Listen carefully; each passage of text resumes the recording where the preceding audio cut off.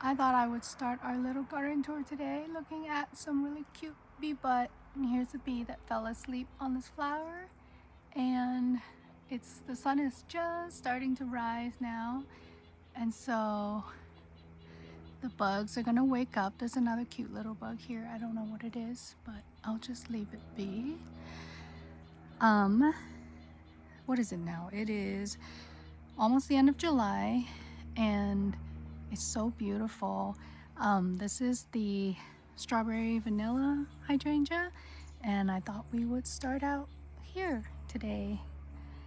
Let's see. Well, everything is a little crazy right now because I just got back from yet another trip, and so I need to deadhead and clean everything. But I thought that I would walk around and kind of show the changes and how overgrown it is before I prune, and then I'll go around deadheading and pruning stuff. I got these are new from Costco and they are so pretty, and I really like, I wasn't sure about them, but I think I like the white and there's a little bit of pink on this. I'm trying to tie to a theme color wise, I think. So, this is sort of going to be my theme next year. I know it doesn't look like it this year with all this yellow, but I'm going to change that over the year. I bought some Gora from the grocery store. They're great, honestly. The grocery store has really cheap plants, but they're just really questionable in quality. But I really like how wispy and windy these look. It's really, really small right now because obviously it's its first year, but it'll get better. I moved one of the snaps to do that to one of my other beds. I think the snaps are still okay. So I'm just trying to swap out things, try out new stuff.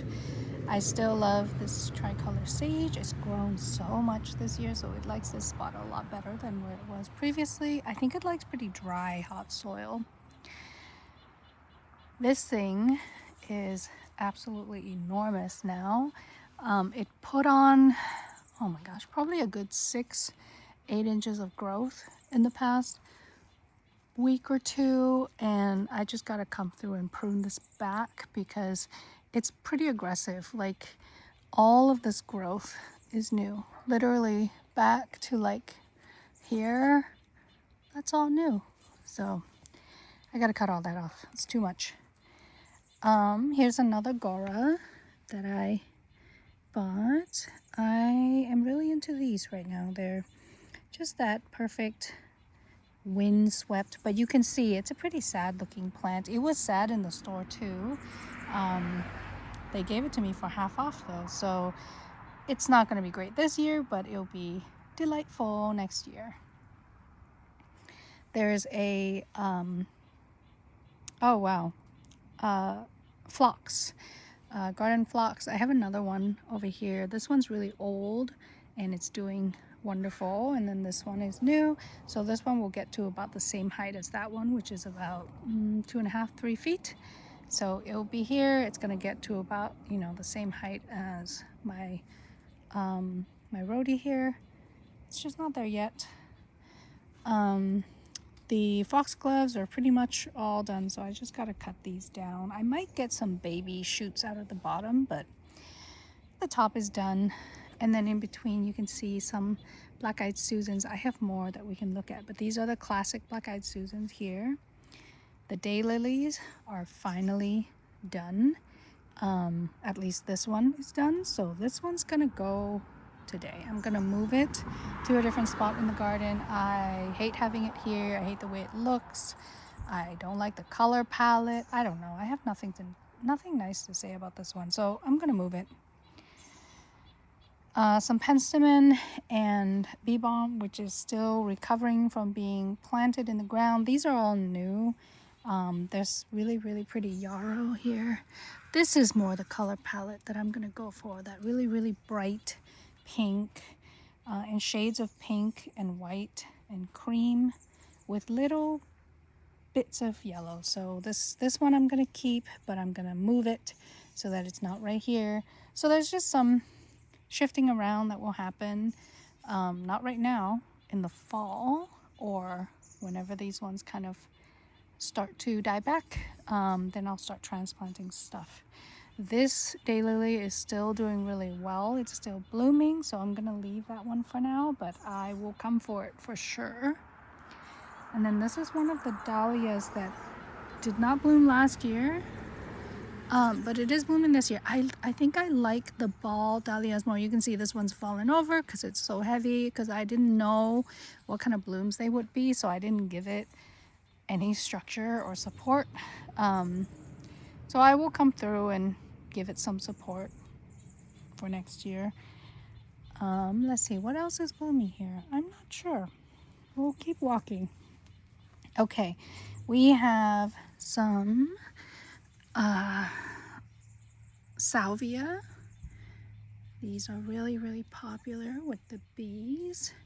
I'm also trying to keep colors that will really bring me some hummingbirds and bees. And so there's another, this is an echinacea. It's a double echinacea, really pretty.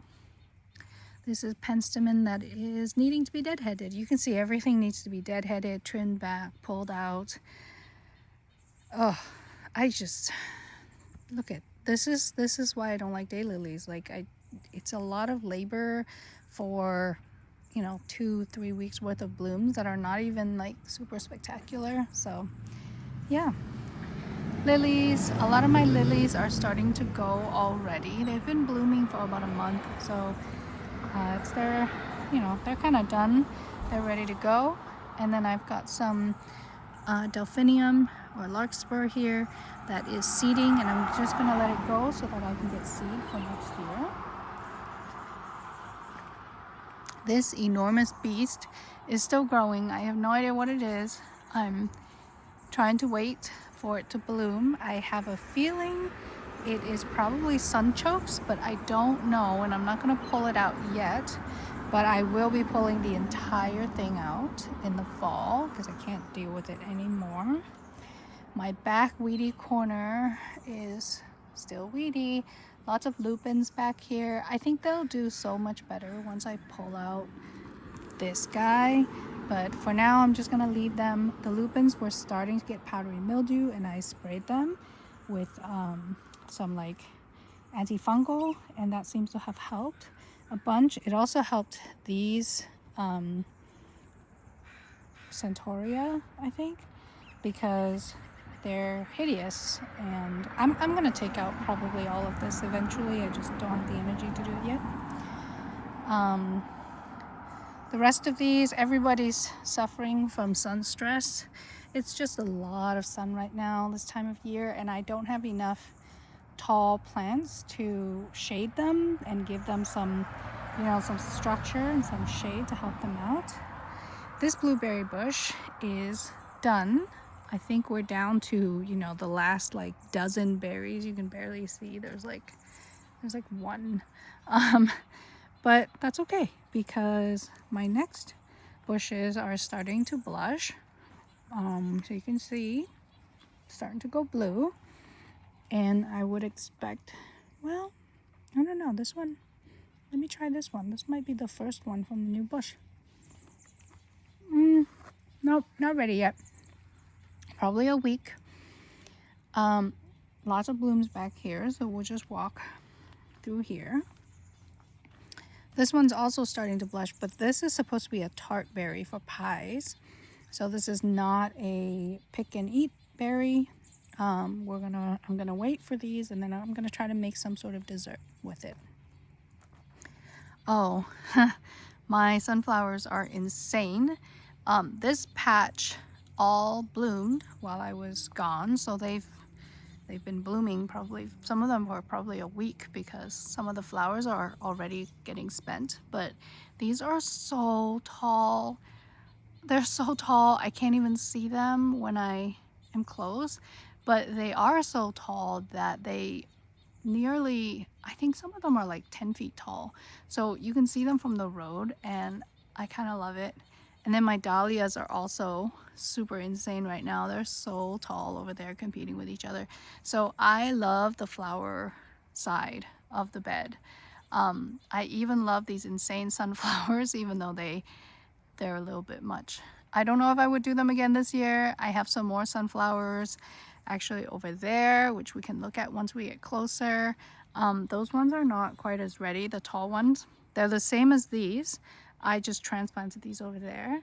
And then I have some low sunflowers that we can look at once we get over there. But let's look at some stuff here. This is Evelyn. It's a David Austin rose. I need to get trellising stat.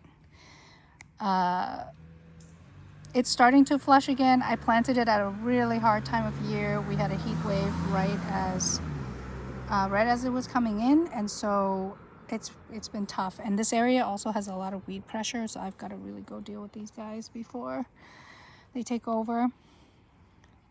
This is a limelight hydrangea.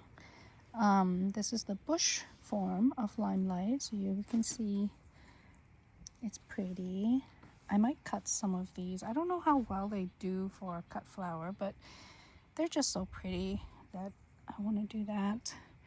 Lots of deadheading needs to be done, but this is another pretty rose.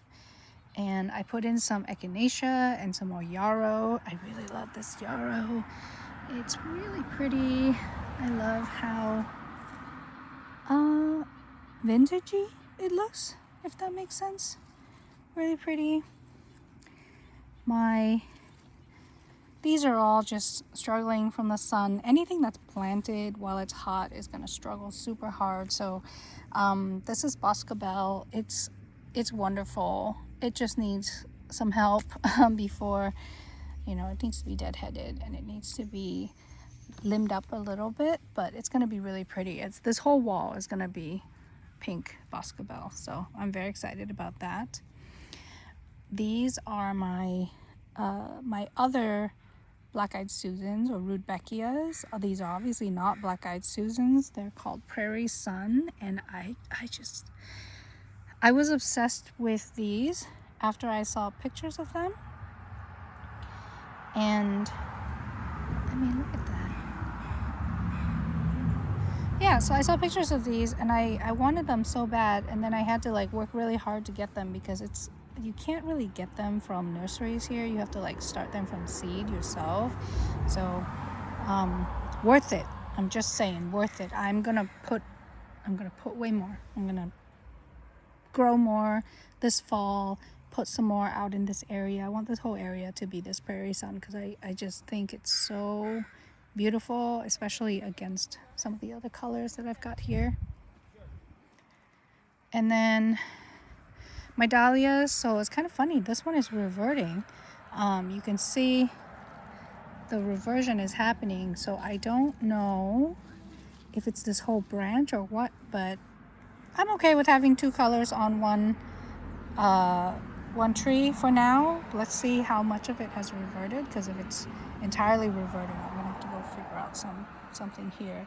Reversion just means it goes from the beautiful white back to its original form, which is this one right here. Lots of roses in this corner, but my prized babies are these. This is yacon, and it's a root vegetable. It's growing pretty well. And then this is Krosny, also a root vegetable that I am growing in these big, huge pots. They're pretty big, and hopefully I will get a big harvest this year. These are all just setting up for winter. Nothing is ready. Oh, and these. Look at these Coreopsis. They're so pretty. So if you look back, you can kind of see the vibe I'm going for here. Pretty loose, loosey-goosey. All right, let's step back through my fruit tree here. We can look at, these are cut roses, red roses. Everybody's new, everybody's just settling in. And then I've got squash going. And what can happen with squash? So this is just early damage in the squash's life. But when the squash has too many fruits and it can't support it, it'll start aborting the fruit. So you can see this one it got a little damaged, so the plant was like, you know what, I don't need you, and it's focusing its energy on these big ones. I don't have a ton of soil in these beds. They're not wide beds, and so the plant is unable to support the amount of nutrients that's needed to grow all of these squash. So it's going to do its best and, you know, kill off any fruit that doesn't make sense for the plant. These Romano beans are very, very, very ready. I'm gonna harvest these and we're gonna eat them today. I harvested a bunch last week and ate them already, but I just gotta show the scale of how big these are. Let me see. Look at this. This is crazy, right? That's a huge bean. These two, they're huge. So I like these a lot because for the amount of labor, you just get so much more bean, right, than the small ones. I do have some small beans. Like this is, I'm so excited because this is the size of bean that you get from the grocery store, right? When you buy Romano beans, and they're super expensive. And I can see why, because you get so much more bean for your money. But when I think they're doing really well mixed in here. The vines don't look beautiful. Like you can see the leaves kind of, you know, there's holes and there's some sunburn and they kind of get tattered up here. But honestly, like they're making beans, so I don't really care how they look. This one, okay, this is a honey boat squash, and it's really, really, really struggling. Like it's struggling to make fruit. It does not make male and female flowers at once. So I've been struggling to get this damn thing pollinated in a reasonable amount of time. I'm pretty sure it's a squash. And like I've had, well, I guess this one did okay. This one's doing okay. But it was really struggling. I couldn't get pollination on the squash. I've been losing so many. I've been hand pollinating. I'm actually going to hand pollinate this one while I do this, because I want to make sure, so you can see, right, the squash. Oh, there's barely any pollen on the, see, that's so strange, right? I don't know what's going on with this guy that it's not producing good male flowers. It's made a lot of female flowers, but the male flowers hasn't been producing male flowers, and when the male flowers arrive, they just die really, really quick, and they really struggle. So I don't know what's happening. Like I have a male flower here with hardly any pollen on it, so I can understand why, you know, it's not pollinated potentially. Okay, let's see if we can open this up and try to get this pollination happening here. So there's the female, there's the male. I actually found two male flowers. We're going to try to just touch them both together, and hopefully this one too, and hopefully we'll have a successful fruit, because it's been pretty frustrating. Like you can see, there's like no pollen on here. It's very weird. And I've been losing a lot of blooms, which pisses me off. There's lots of new female blooms, but I can't get a good male bloom. Like look, they're just, the flowers fall off. They just look, oh, well, I touched that one and it fell off, so that one's no good. But yeah, I don't know. It's weird. This is my ground cherry. It's living up to its name now because it's on the ground, but I'm noticing that we're starting to get fruit that's falling to the ground. So this is how you have to harvest them. You have to wait for them to fall on the ground, because if you pick these, horrible, disgusting, can't eat them. Super, super bitter. Let's see, what do I got here? I have beans that are, these are purple French beans. So it's like a filet bean, really, really skinny. So the opposite of the Romanos. They'll be quite a bit later than the Romanos, and that's okay, because I want to offset them a little bit. I don't need all the beans to come in all at once. That does not help me. And I've got more beans here. These are very, very small, And that is okay to have small beans right now because I have plenty of Romano beans. I don't need more, like I said, this very minute. I need to clear out some of these beds because, so while I was gone, I had some time to think about the garden and what I want to do and how I want to grow.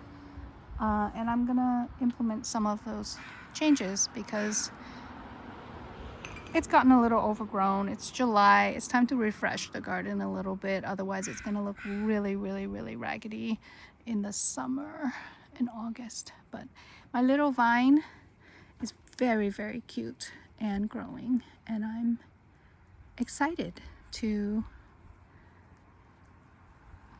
have more flowers. I love looking at the arch. The arch is starting to reach the other side, so I've got to help these out a little bit. You can see this one's almost reached the fence. I don't want it to reach the fence. I want it to go this way, away from the fence, right? Toward, like, I don't need it to, it's not going to grow down. It would climb on the wood. I don't want it to do that. I want it to come this way and just grow on this side. So I'll be doing that. But look at the squash. It looks so cool. Look how big they are. Look how big it is. I gotta come close and show you. Look at it. Whee! And the beans and the squash. Okay, let's keep walking. There's too many things going on. Oh, I didn't even talk about this, so we'll take a better look at this guy on the other side. But these are tomatillos.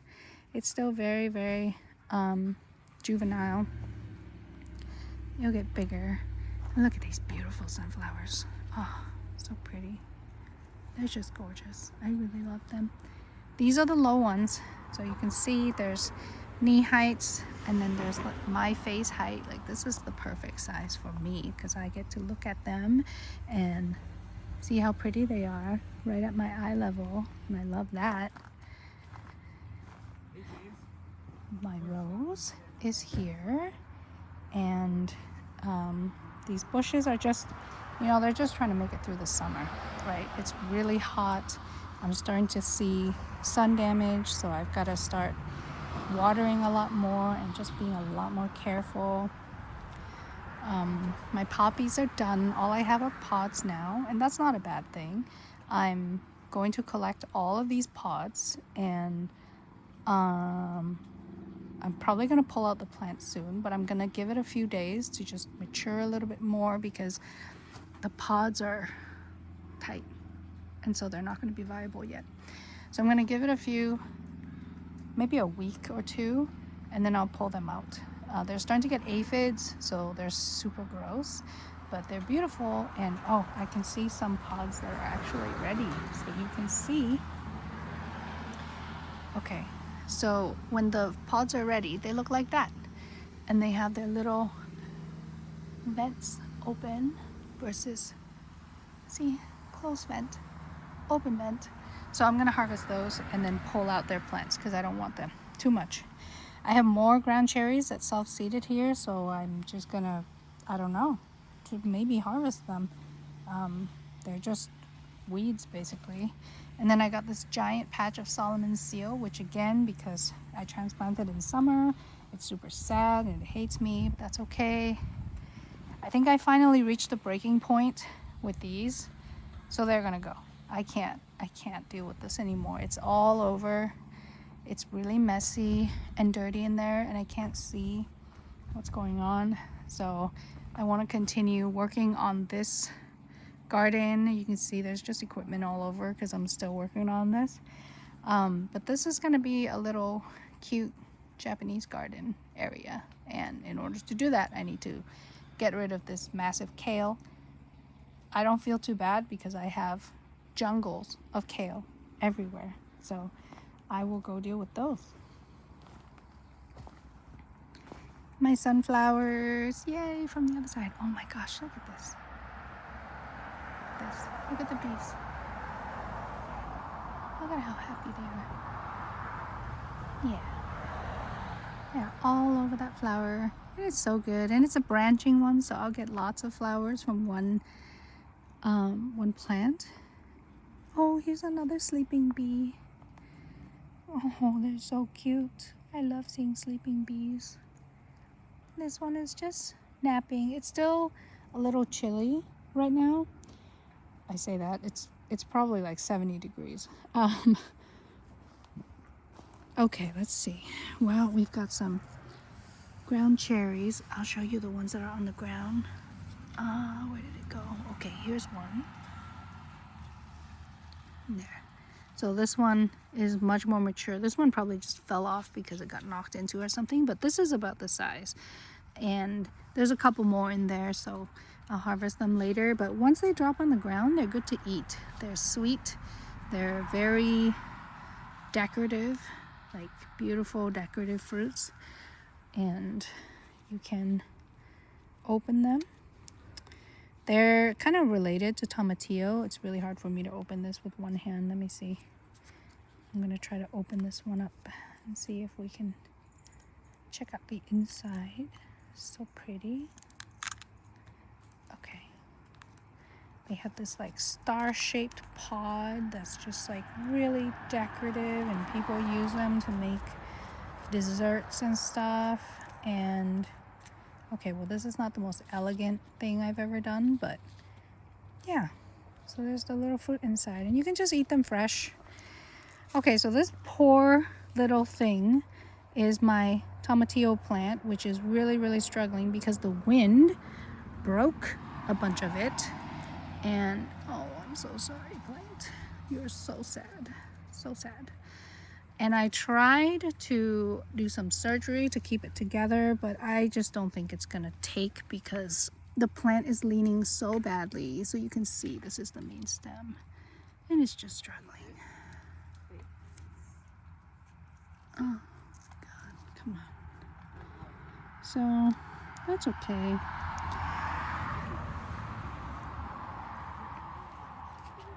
Let's see, what do we got over here?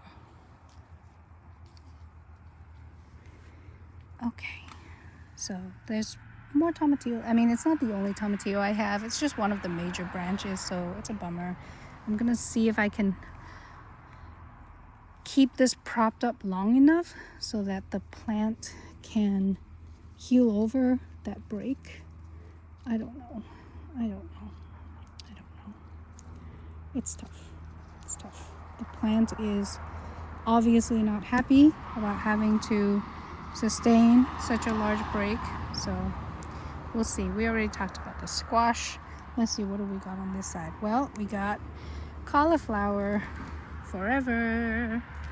There's my cauliflower. I have a lot right now. I think these are all gonna come in around the same time, so it's gonna be another huge cauliflower glut problem for us. So you can see these are beautiful, perfect stage. I just watered everything this morning, so they're a little wet, but they are just the most spectacular color. I think I love the purple ones the best. They're just really easy to grow, beautiful. Here we are looking at some zinnias. This is Barneri's Giant, and this is the yellow version. And you can see how big it is compared to my hand. It's absurd. So this is still immature and it's not ready. This is the stage that you harvest those at. And then I've got artichokes that I decided to just let go this year. I'm not going to harvest any artichokes because I don't know if you can see, but there's a bee napping in the artichoke. And bees, oh my gosh, here, look at this. Okay, I'm literally standing right here. There's two bees with its butt sticking out, and I just love seeing bee butts so much. So this bee just going at it, and artichokes are so attractive to bees that you can have a whole bunch of them. Literally, they'll come and they'll share the flowers. Like, this is two different types of bees, but there's so much food, they're not gonna, fight each other because there's no reason to. I mean, look at how much food they're gonna get, right? And I love that so much. I think that's amazing. My onions that are definitely ready. I was gonna harvest seeds from these. I'm kind of over it. There's just so much. I'm gonna leave maybe like 2 heads and then harvest the rest of these and throw them away because Actually, having more heads is not helpful because I'm never going to be able to use that much onions because I already have so much. You can see, look at my onion. It's so big, okay? So much onions everywhere. So I'm not worried about onion for this fall, and I'm more worried that I'm going to have a ton of seeds that I don't have any use for. My kale has reached probably 4 feet tall over here. So that's why this patch of kale is why I don't feel bad getting rid of that patch of kale, because there is plenty of kale to go around for everybody, and it's even starting to produce secondary shoots. So these are doing really, really well over here. I thought it might be too sunny, and it is quite sunny because you can see how purple the leaves are, and it's losing a little bit of leaves at the bottom. But honestly, I don't think it's a big deal. Oh, let me show you more cauliflower. Oh my gosh, more cauliflower. And then these are Romanescos. That one's hard to see, but this one's beautiful. It's really gorgeous. I'm really excited about those. So these are a little bit later, which is good because I desperately need to go and harvest some stuff. These are chrysanthemums that I planted from seed. This is not chrysanthemums, marigolds. This is a African marigold, and I don't know what I like more. I love when it's tight and it's got this kind of green coloration, but then when you leave it for like another 2 weeks, it turns into this. And you know, I don't love the yellow. I don't like it at all, but this is just incredible. Like this shape and everything, I really like it.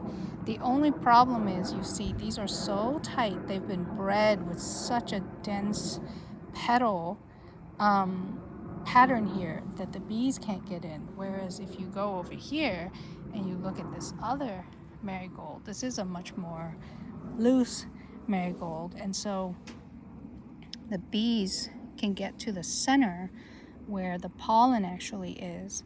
And so this is the part they actually eat, this middle thing here, not the, they can't eat the petals. They have to get into the center, whereas those are so dense, there's nothing for them to get. And then one of my carrots this year decided to go to bloom, even though it's its first year as a carrot. There's always a weird one, I guess. So I thought I would just leave it, because why not, right? And so I'm getting these really, really pretty blooms, and I kind of like them. I might cut this and try to use it as cut flower, because why not? My other squash is over here. It's going wild. I need to attach it back to the trellis because some of the vines fell off when I was gone and I didn't know, so I gotta go and fix some of that. But it's good that it's starting to do that. Oh yeah, so I put in these snapdragons here. I transplanted some more in here as well from over there to here. And I have some basil that's growing here that need to be pinched actually, so I'll probably pinch this back. And this makes it bush out, and you can just eat this part too. Although I gotta put this down, because what am I gonna do with all these herbs that I'm just collecting? My sweet peas, I decided that I am not going to harvest any more sweet peas this year for cut flowers, because these seeds are kind of expensive and I really, really, really like them. And every flower that I harvest is a seed pod that I'm not going to have. So if I just leave these and try to nurture them best I can to maximize the amount of pods that I have, hopefully, here, let me show you. So for every flower, it's like 6, hopefully like 4 to 6 seeds. And so I'm going to try to use this year to preserve the seeds so that next year I could have a lot more of these, because I want a whole fence line you know, my fence line here or on the other side. I want the whole thing to be covered in sweet peas, and it would just cost too much in seed to buy. So I'm gonna try to save all of this because I love the color. I love the blushing, the purple blush there. It's gorgeous, but I'm gonna harvest them all as seeds and not as cut flowers this year because I don't want to lose out on potential seed saving. In here, I've got more basil that needs pinching back to keep them nice and thick. There's some cucumber that desperately need to be on a trellis. There's some more cucumber. These are from my friends. And I just need to make sure they're pretty late. I think they started the seeds quite late. And so I need to just get them on the trellis and make sure that they're okay for the summer. And then I've got lemongrass here.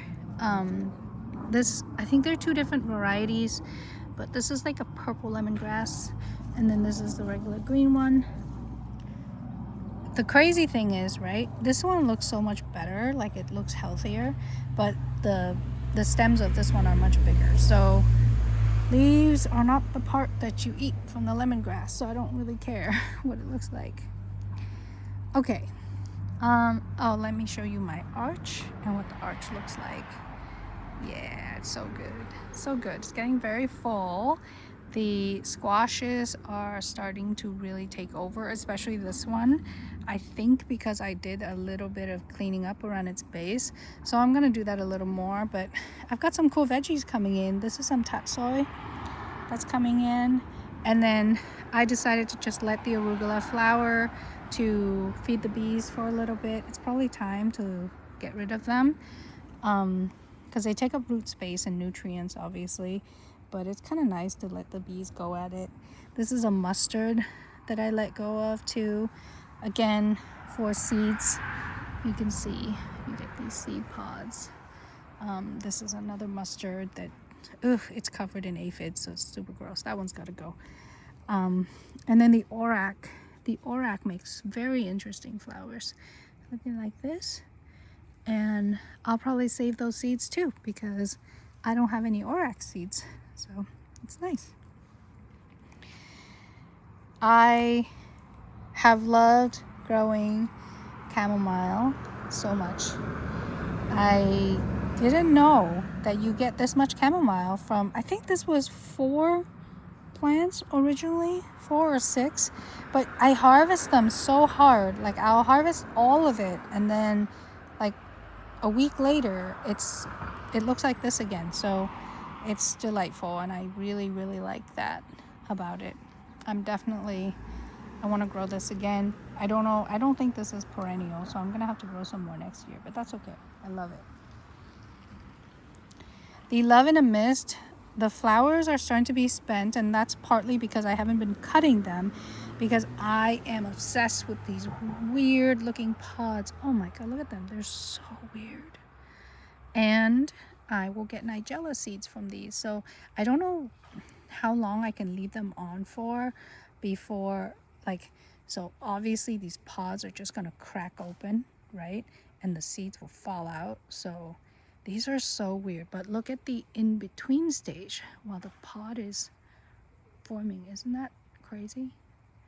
I didn't know that that's how they grow, but I don't know what I like more, the weirdo flowers or these like alien looking seed pods. Like, look at this weird alien thing. And I think you could dry these, so I hope that I'll be able to. Then I can have some alien seed pods for later. I don't understand why it's called Love in a Mist because it's more like alien in a mist, but I'll take it. Oh, there's another bee butt. Let's look at the butt. He's rubbing his butt and wiggling it. Look at that. That's so cute. Very cute. This is one of my new Cosmos. This is Apricota, and you can see it's got that apricot coloring, really pretty. I need to go and deadhead these real bad because I just didn't. at all for the past week. So there's a lot of spent flowers, and the thing is, if you leave these on the plant, it'll stop producing flowers, and I'm literally having to like walk around this beast because it's just so huge. But here we go. Okay. Oh, how did I lose a flower? Oh my gosh, it just like fell off. Well, that was a pretty nice dahlia, and I'll try to put it on my water bowl over there. I have a bowl of water that I keep my flowers. Cosmos. The cosmos is wild. It's so much taller than I ever expected. So, yeah. Anyway, you can see they start forming seed pods. That's no good. I don't want any of that. I want flowers. I mean, toward the end of the season, I'll let them form seed pods, you know, but now is not the time, guys. Stop it. These are my dahlias, my wild, wild dahlias. I am going to get rid of some of the yellow because I have too much yellow. I don't need that. And some of the pink because I have too much pink and I don't need that. I want to try to have a little more of kind of this palette, right? This is what I'm going for. This very peachy palette. But I mean, oh my gosh, look at this. The color on that is just incredible. My sunflowers, look at, I can't even see the flower from down here. I'm so short. Oh, there's a bee up there. Can't even see it really, but that's so cool. And now we've come back around to pretty much where we started. This is another dahlia. I like this one too. It's a very orange, peachy color. I'm gonna transplant these lilies, but I really do like them. I love this shape. So I want to put more of those in, find more of them and put more of them in. Oh my gosh, look at the bees on this dahlia. All right, well, you know, this one's winning some points in my book because I do like growing things for the pollinators. Some of my dill is about ready to be harvested or soon to be harvested or dry. So I'll probably start taking some of those and cutting them. Here's one that's pretty much ready to go. And so I'll do that. I'll trim some of these back just to harvest the seeds and not like leave so much on the plant and give a chance for some of the other plants to flourish. This is more African daisy, or sorry, African marigold. Why am I struggling with that? And man, the ones, okay, I wasn't sure whether it would be worth getting my own, like growing my own marigolds, but I was wrong. These are incredible, fantastic. I mean, just amazing. And they're huge. They're huge, and they're just this like very dense, you know, cut flower quality. Here, let me show you one that's actually in full glory. It's so big, size of my palm. Really dense, really excellent shape. So, big fan of those. This one, you know, I don't know about this one, but yeah, I really like those. And let's see what we got over here. My baskets are doing terribly because they weren't watered, but that's kind of expected. This is just an absolute like wild zone right now. And I am so sick of oregano right now. It's just everywhere, annoys me now. But the bees are just still insane over them. So, yeah. I got distracted watching the bees because I think it's super mesmerizing to watch them, even though it's super frustrating to have such a giant mess. But bees don't care about mess, you know? They just want food and they just want blooms. And these are the perfect bee food because If you look at them closely, there's like a million flowers per. You can see this one's hard at work there, climbing across the flowers. There's just so many blooms for them to choose from, you know? Like if you look at a big flower, like a lily like that, they get one bloom. But on one of these, it's 100 blooms, right? So they love, love, love, love these little flowers. There's hundreds of bees in this area. And when I want to walk through here, I have to kind of like wiggle the plant before I step, because I don't want to step on them. One, because I just don't want to like kill a bunch of bees. But two, I don't want to, you know, make them angry.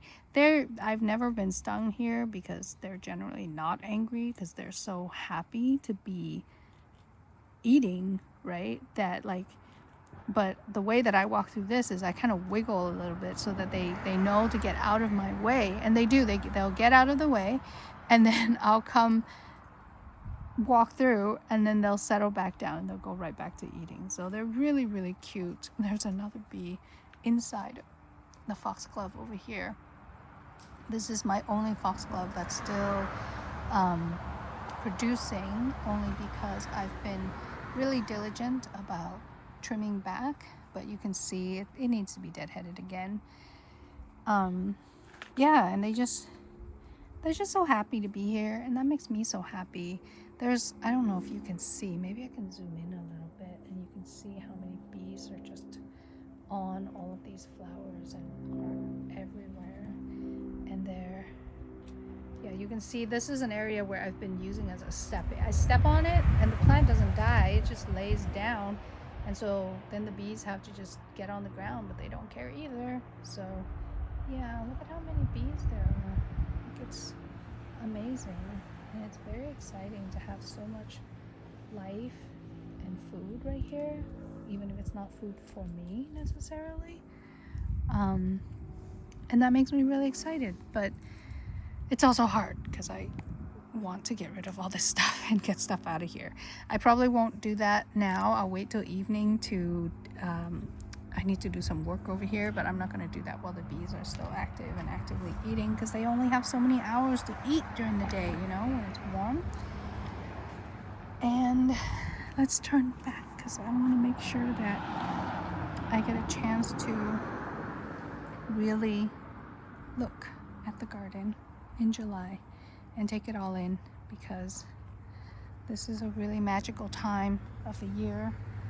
This is what I see when I sit on my bench in my front yard. The bench is placed so that I can look at this and see what a good life I have, you know?